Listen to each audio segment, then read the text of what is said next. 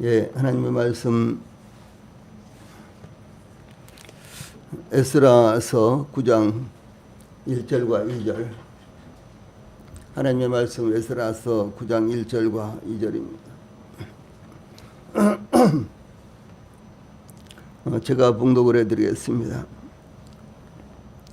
이 일 후에 방백들이 내게 나와 이르되 이스라엘 백성과 제사장들과 레위 사람들이 이 땅 백성들에게서 떠나지 아니하고 가나안 사람들과 헷 사람들과 브리스 사람들과 여부스 사람들과 암몬 사람들과 모압 사람들과 애굽 사람들과 아모리 사람들의 가증한 일을 행하여 그들의 딸을 맞이하여 아내와 며느리로 삼아 거룩한 자손이 그 지방 사람들과 서로 섞이게 하는데 방백들과 고관들이 이 죄에 더욱 으뜸이 되었다 하는지라. 아멘. 2절 말씀까지 봉독을 해드렸습니다. 1절에 유다 백성들이, 귀환한 유다 백성들이 혼합 종교를 가진 이 땅 백성들에게서 떠나지 아니하고, 그래서 귀환한 백성들까지도 혼합되고만 이와 같은 모습이 나타나고 있습니다. 이 땅 백성들, 그들은 이 아수르 왕이, 그리고 바벨론 왕이 이스라엘을 정복하고 저 이방인의 지역에서, 여러 지역에서 북왕국 이스라엘과 남왕국 유다 지역에 강제 이주시킨 백성들이라 그랬죠. 그리고 이제 그 땅에 남아 있었던 연약한 자들과 또 노인들과 이런 사람들과 또 혼합이 되어서, 혈통적으로 혼합이 되고 종교적으로 혼합이 되어서 이제 혼합 민족이 되고 말았고 혼합 종교가 되고 말았다라는 사실을 말씀을 드렸습니다. 그리고 이제 그들이 바로 예수님 당시에 사마리아 사람들이었다, 이렇게 말씀을 드렸습니다. 그래서 이 땅 백성들에게서 떠나지 아니하므로 그들도 혼합이 되고 말았습니다. 즉 귀환한 유다 백성들은 그 땅 백성에게서 떠나지 아니하므로, 여기 그들이 이제 나타나는데 가나안 사람들과 헷 사람들과 브리스 사람들과 여부스 사람들과 암몬 사람들과 모압 사람들과 애굽 사람들과 아모리 사람들의 가증한 일을 행하여 혼합이 되었다라고 하는 것입니다. 여기 나열된 이 민족들은 아주 광범위한 지역에 광범위한 종교를 갖고 있는 이와 같은 사람들입니다. 대체적으로 가나안 사람들과 헷 사람들과 브리스 사람들과 여부스 사람들은 이 팔레스타인 가나안 땅에 살고 있는 이와 같은 원주민들이죠. 그래서 이 아브라함이 이주하기 전부터 그 땅에 살고 있었던 원주민들이고, 이 모세가 이스라엘 백성들을 출애굽으로 이끌어서 이제 가나안 땅에 들어올 때 여호수아가 인도를 했죠. 그래서 이제 여호수아가 정복의 대상으로 7 족속들을 이제 언급을 했는데, 그 7 족속들 가운데 속한 족속들이 이 가나안 사람들과 헷 사람들과 브리스 사람들과 여부스 사람들, 이런 사람들입니다. 그러니까 그들이 아주 고대로부터 그 땅에 거주하고 있었던 사람들이었고, 또 그 땅에 거주하고 있었던 사람들은 그 우상 숭배가 아주 다양했을 뿐만 아니라 우상 숭배가 아주 대단해서 하나님께서 그들을 멸망시키지 않을 수 없는 이와 같은 죄악을 범하고 있었던 이런 사람들이었죠. 그 다음에 또, 그런데 이제 이스라엘 백성들이 모세 시대에 이 여호수아 시대에 가나안 땅을 정복했는데 그들을 완전히 멸망시키지를 못했다는 사실이죠. 하나님께서 그들의 사정과 형편을 생각하지 말고, 그들을 불쌍히 여기지도 말고, 그들을 본받지도 말고 그들을 진멸하라. 그래, 진멸이라는 단어가 성경에 계속해서 나오죠. 진멸하라고 이렇게 말씀하였습니다. 이것은 오직 하나님의 백성들인 이스라엘 백성들의 성결을 위한 것이었습니다. 그런데도 불구하고 이스라엘 백성들이 하나님을 의지하는 믿음이 있었다면 그들을 정복하는 것은 아무것도 아니었습니다. 그런데도 불구하고 이스라엘 백성들은 혹은 그들이 철병거를 가지고 있었기 때문에 그들을 진멸하지 못했고, 혹은 그들을 종으로 사용하기 위해서 진멸하지 않았고, 혹은 또 그들이 저 산지에 높은 곳에 이렇게 거주하고 있었기 때문에 이스라엘 백성들이 그들을 진멸하지 못했고, 이런 등등 여러 가지 이유가 있었습니다.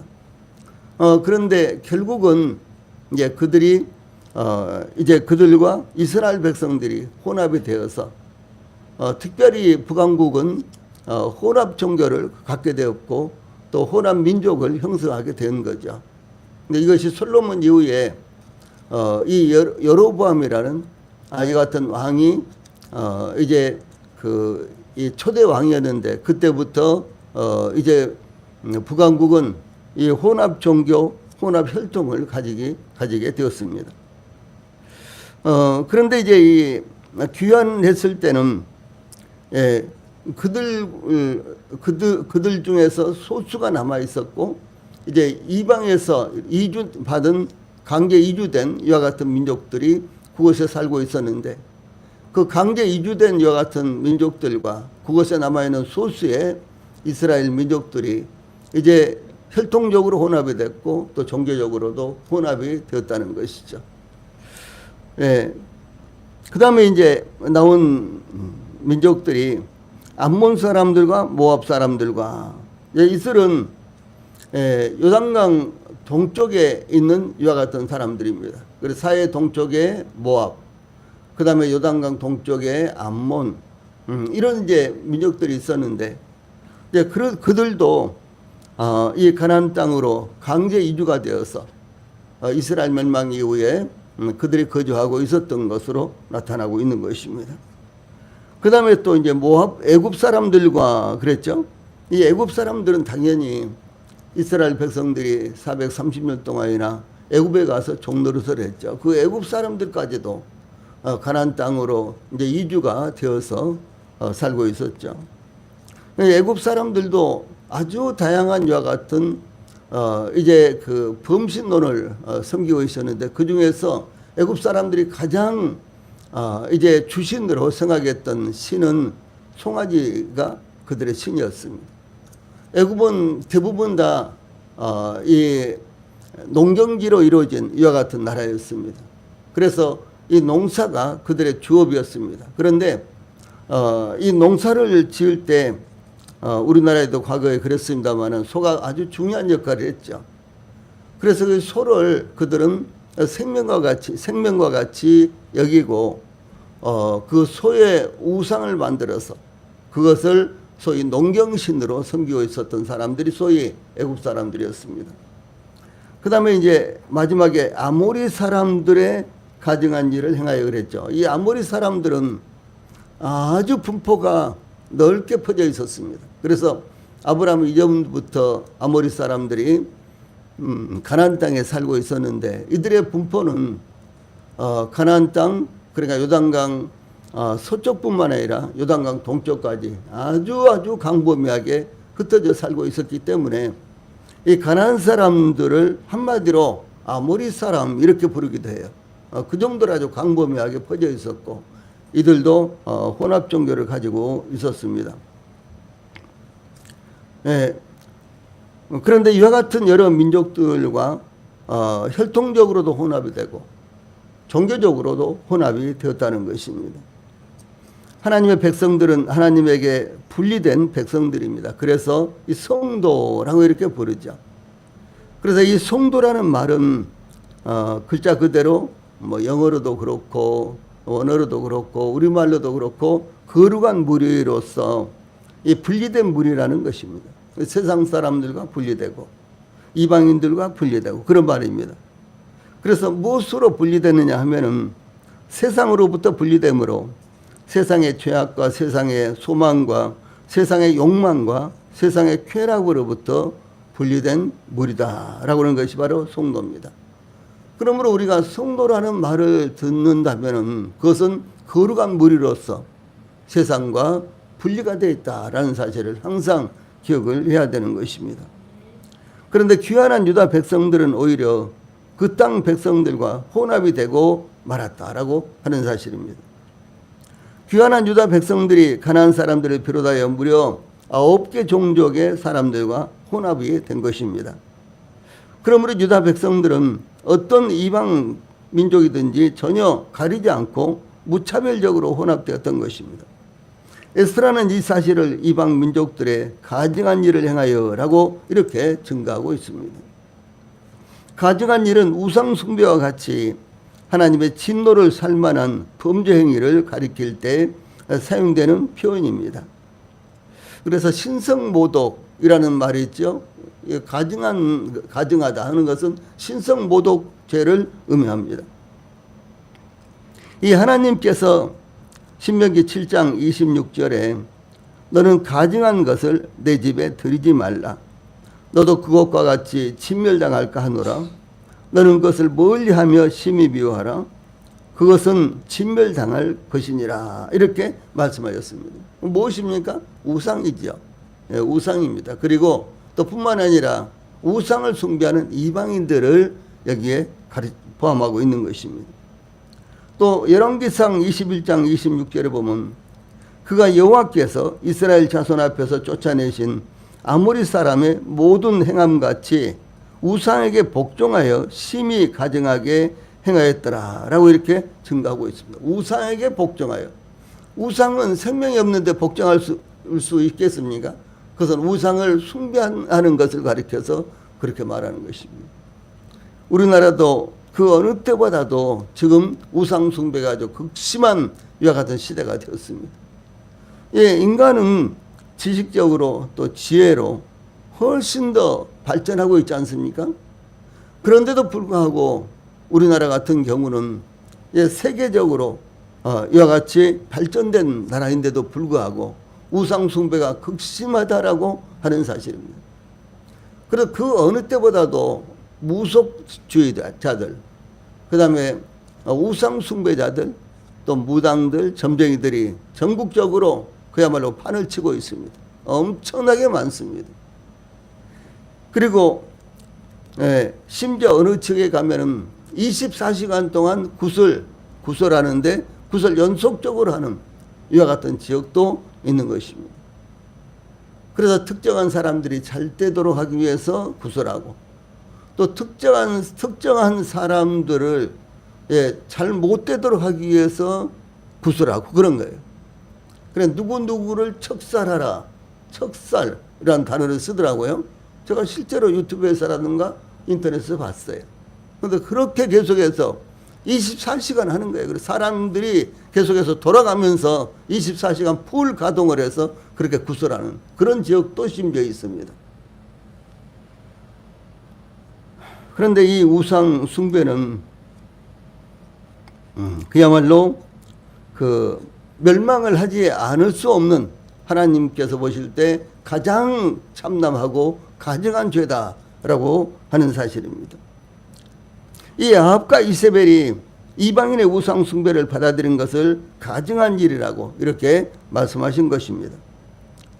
본문에서는 가증한 일은 이방인들과 통혼한 것을 가리킵니다. 그러므로 이방 풍습을 가리지 않고 받아들이거나 이방인들과 결혼한 것은 마치 우상 숭배와 같이 하나님께서 보실 때 가증한 것이다 라고 하는 말씀입니다. 그리고 이방인들과 결혼함으로 말미암아 자연스럽게 그 이방인들이 섬기고 있는 우상을 받아들이는 거예요. 그래서 이방인들과 결혼하는 것은 혼합 혈통이 되죠. 그러므로 말미암아 그 결과 이방 종교를 받아들이는 것, 혼합 종교가 된 것을 말하는 것입니다. 이어서 2절은 이방인들과의 구체적인 혼합의 내력에 대해서 그들의 딸을 맞이하여 아내와 며느리로 삼아 거룩한 자손이 그 지방 사람들과 서로 섞이게 하는데 이렇게 말씀하고 있죠.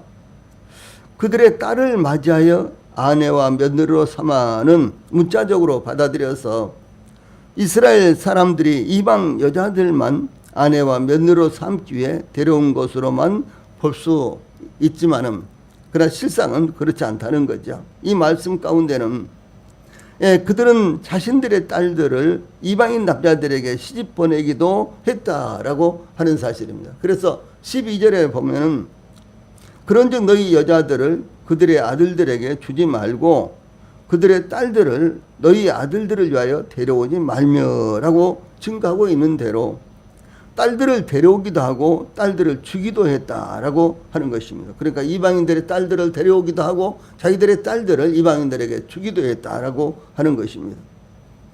그러나 이스라엘 여자가 이방인에게 시집가는 것은 이스라엘 공동체의 순수성을 깨뜨릴 염려가 없다는 측면에서 여기 거론되지 않고 있을 뿐입니다.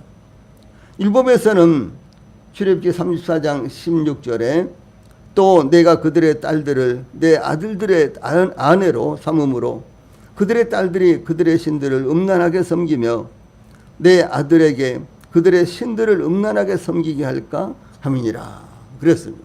이스라엘 백성들의 종교적인 오염을 하나님께서 미워하셨기 때문에 그러므로 그들의 이방인들과 혼합 혈통을 갖게 되면 안 된다라고 하는 사실입니다.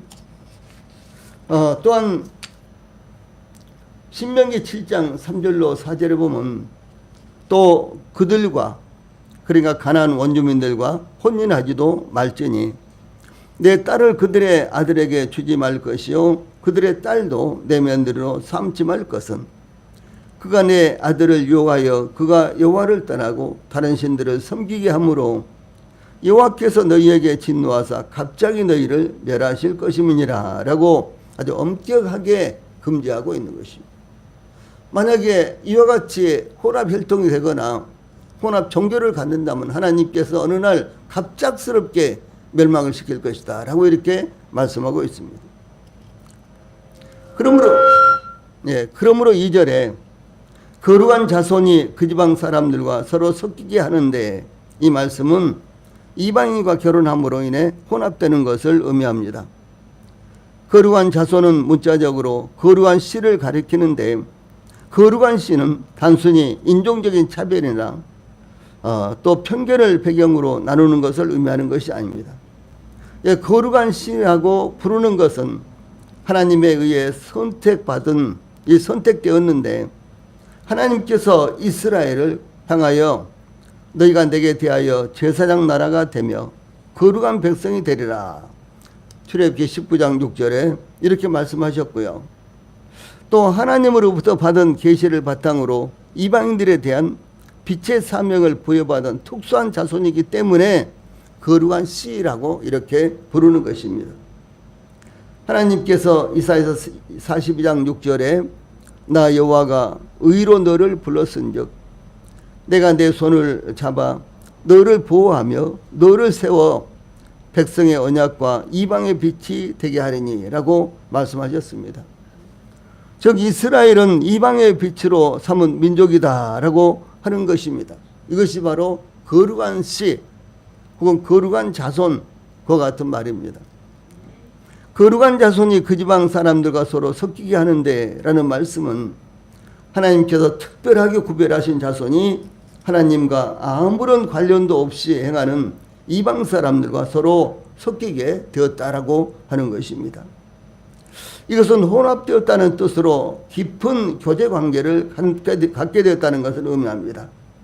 시편 저자는 시편 106편 34절로 36절에서 그들은 여호와께서 멸하라고 말씀하신 그 이방 민족들을 멸하지 아니하고 그 이방 나라들과 섞여서 그들의 행위를 배우며 그들의 우상들을 섬김으로 그것들이 그들에게 올무가 되었도다 라고 이 선택받은 민족이 이방인과 섞임으로 죄악을 행하게 된 것을 증거하고 있습니다.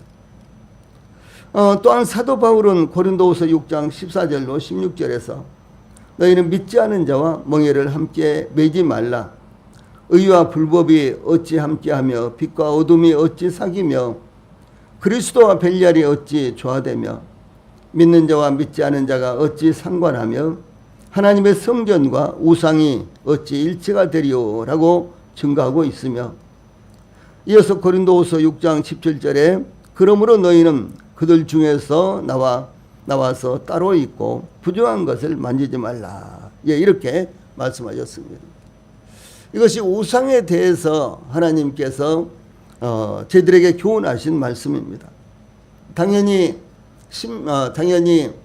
10계명의 두 번째는 바로 우상 숭배에 대해서 하나님께서 강력하게 이제 금지시킨 이와 같은 말씀이 나타나고 있습니다.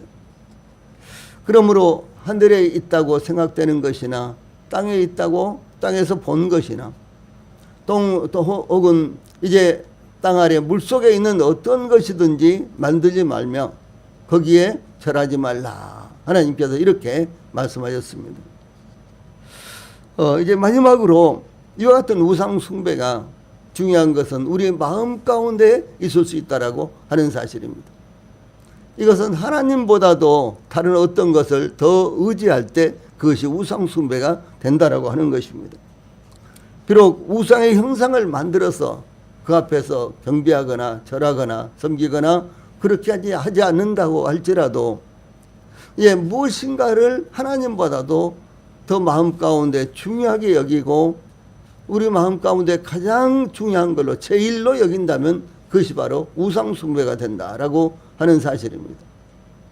예를 들어서 물질이라든가 혹은 또 직장이라든가 혹은 또 사업이라든가 혹은 또 가족이라든가 혹은 자신의 어떤 꿈이라든가요, 이와 같은 것들이 하나님보다도 더 우선순위에 있다면 그것이 바로 우상 숭배가 된다라고 하는 사실입니다. 이 세상의 모든 것들은 하나님에 의해서 창조되었습니다. 또 세상의 모든 것들은 하나님에 의해서 다스려지고 있는 것입니다. 하나님께서 주권자이십니다. 그러므로 하나님 외에는 그것이 보이는 것이든지 보이지 않는 것이든지 어떤 것이든지 우리의 마음을 차지하고 있으면 안 되고요, 하나님보다도 더 중요하게 여기면 안 되는 것입니다. 그 주권은 하나님께 있기 때문에 그 어떤 것도 우리 마음 가운데 우리 마음을 차지하고 하나님보다도 더 중요한 것으로 우리 마음 가운데 자리 잡고 있으면 그것이 바로 오늘날 우상 숭배다라고 하는 사실을 기억해야 되는 것입니다. 그래서 사도 바울은 골로새 3장 5절에 탐심은 우상 숭배이니라 그랬거든요. 참 굉장히 두려운 말씀입니다. 우리가 지나치게 무엇에 탐심을 갖고 있다면 그것이 바로 우상 숭배가 된다. 왜냐하면 그 탐심 때문에 하나님을 제1로 우리 마음 가운데 두지 않기 때문에 그렇게 되는 것입니다. 그 탐심은 여러 가지일 수 있습니다. 물질일 수도 있고 보이는 것일 수도 있고 보이지 않는 것일 수도 있습니다. 그래서 저희들 마음 가운데 하나님의 그 어떤 것도 제일 중요한 것으로, 하나님보다 더 중요한 것으로 우리 마음 가운데 가지고 있으면 안 된다라는 사실을 우리 성도들이 기억하셔야 되는 것입니다. 모든 것은 하나님의 창조물이요, 모든 것은 하나님께서 주권을 가지고 계신다라는 사실 우리 모든 성도들이 기억하시기 바랍니다. 그러므로 이제 이번에 3월 23일 저희들이 이제 특별 복음 집회를 열게 되는데 그 영혼들의 발걸음을 인도하실 분도 하나님이십니다. 영혼들의 그 마음을 움직이실 분도 하나님이세요. 마치 루디아의 마음을 하나님께서 여셨듯이 복음을 듣는 영혼들의 마음을 여실 수 있는 분도 역시 하나님이시다라는 사실을 기억하시고 우리 모든 성도들이 그때까지 계속해서 기도를 하시기를 바라겠습니다. 기도하시겠습니다.